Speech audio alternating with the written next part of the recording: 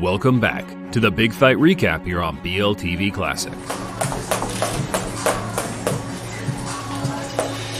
On today's video, we take a look at Mike Tyson's highly anticipated bout against fellow rising heavyweight Jesse The Boogeyman Ferguson in 1986. Jesse Ferguson comes into this fight, and his record looks like a who's who of the heavyweight division. Ferguson was the first world-level opponent Tyson faced in his career, so he had to pull out every trick and drill he had practiced with Cus D'Amato and Kevin Rooney to break his man down.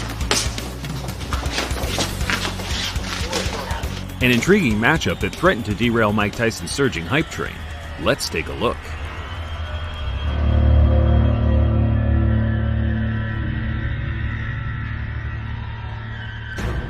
Even as far back as the amateur days, Tyson was fixated on executing strategies and drills set in place by Cus D'Amato. I use it to my advantage because I move my head, I'm very quick, and I'm low to the ground, and it's very difficult to hit me. Tyson's height detriment led the team to focus on mastering the peekaboo technique, a bob and weave style that has proven to be most effective at limiting the physical competitive advantage. Well, the purpose of the slip bag is to get the fighter moving his head, to get him in the habit of moving his head correctly. You have to try to be elusive. See, as long as the fighter's trying to be elusive, you're gonna be all right. That's what I emphasize. That's what we try to. That's what we got over everybody else. At 6'2", Jesse Ferguson wasn't among the behemoths of the division. Still, he boxed tall in the sense of using his height well, clinching and tying fighters up, and as his record of 10 KOs in his first 14 fights suggests, he carried respectable power also. Big right hand by Ferguson, and Holmes is rocked.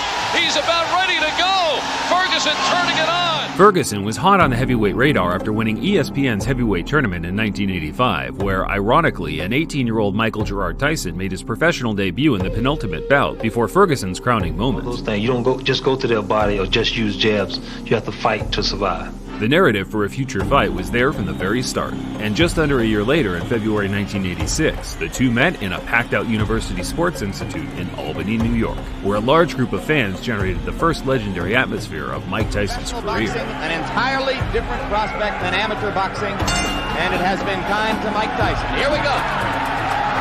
He is a fast starter. One thing we should mention, Jimmy, before the action, he's up to much as the 16-foot ring. Very much the Tyson fight. Then have some of Tyson's first-round knockout victories. But now, even in the amateurs, Mike Tyson can throw great body shots.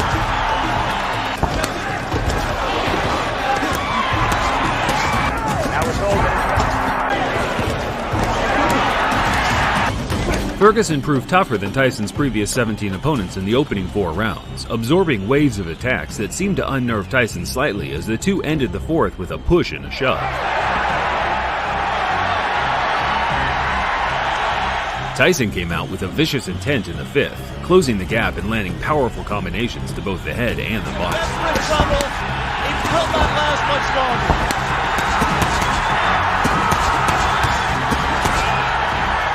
Rivera almost stopped it there. Mike Tyson's known as a great finisher. Let's see how he does with Ferguson. was in trouble in both the first and 10th rounds, and now he's in trouble here. Blood coming out from the nose of Jesse Ferguson. The right uppercut of Tyson has put him down. The string goes to 18-0, and you saw the explosive punching power, which has made him the talk of the heavyweight division. Tyson explained in his post-fight interview how he feels his power will always be the deciding factor regardless of the skill set his future opponents bring. And the way they have it planned in their mind to beat me is to jab, pot shot, and grab me. But it's 10 rounds, and eventually I'm going to catch them. Did you approach this fight with a little bit more respect for Ferguson physically, the left hook, than you might have brought into your previous bouts? Not at all. I was just a little leery because of the lack of experience, but I was surely comfortable when the fight was over. When I came out the ring, I was going to be the winner. Okay, Alex, we saw once again a sensational performance by Mike Tyson, breaking Jesse Ferguson's nose. What do you have to ask the young man? Well, I'm just impressed, Michael, that you don't appear winded at all, that you appear to keep your poise, you paced yourself, and you showed that those critics who say, A, that you may have chin problems, and B, you may have stamina problems, you answered those critics to an extent today against a quality opponent. Well, only thing, I can't change any opinions. I just have to continue fighting and have to change the opinions on themselves. After seeing this performance, perhaps they still have doubt.